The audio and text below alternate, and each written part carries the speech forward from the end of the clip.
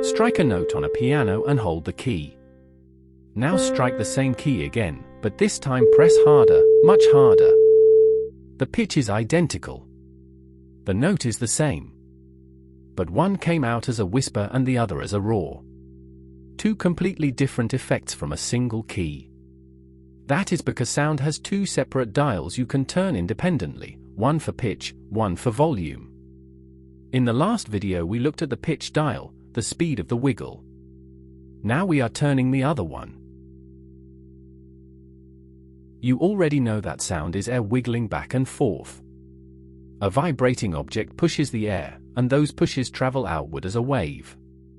When we draw that wave on screen, time runs left to right, and the height of the wave tells you how hard the air is being pushed. That height is called amplitude. The larger the amplitude, the harder each push, the more energy in the sound, and the louder the result.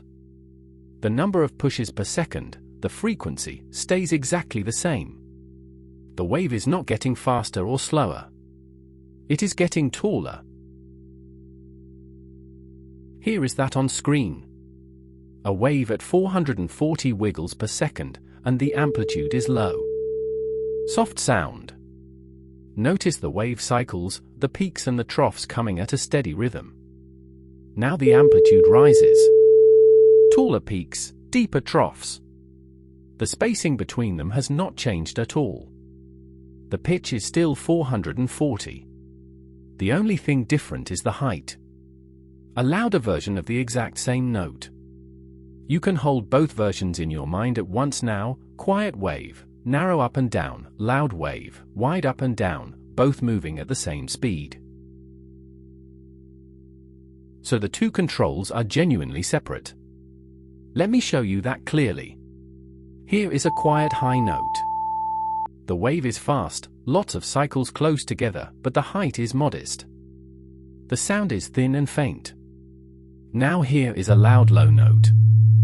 The wave is slow, the cycles spread apart, but the height is large. The sound is thick and strong.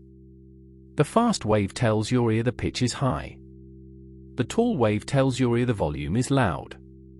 Swap them: a loud high note would be fast and tall, a quiet low note would be slow and short. For combinations from two dials, pitch and loudness go their own ways.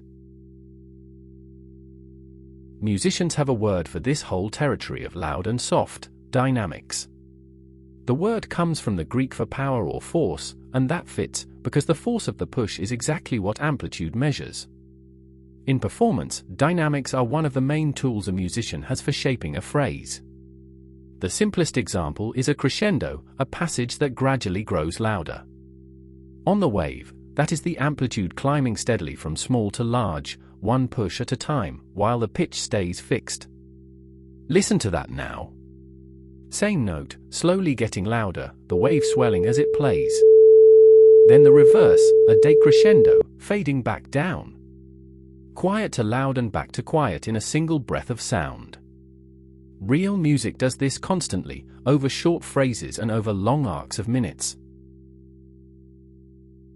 So here is the full picture so far. The speed of the wiggle is pitch. That is what you learned last time. The size of the wiggle is volume. Amplitude. That is what this video has been about. Two separate measurements of the same wave, and they never interfere with each other. You can have any combination: fast and tall, fast and short, slow and tall, slow and short. The wave carries both pieces of information at once. Next time, there is a third fingerprint hiding in that wave, one that explains why a piano and a plucked string playing the very same note at the very same volume still sound completely different. That fingerprint has a name, and once you see it you cannot stop noticing it in every sound you hear.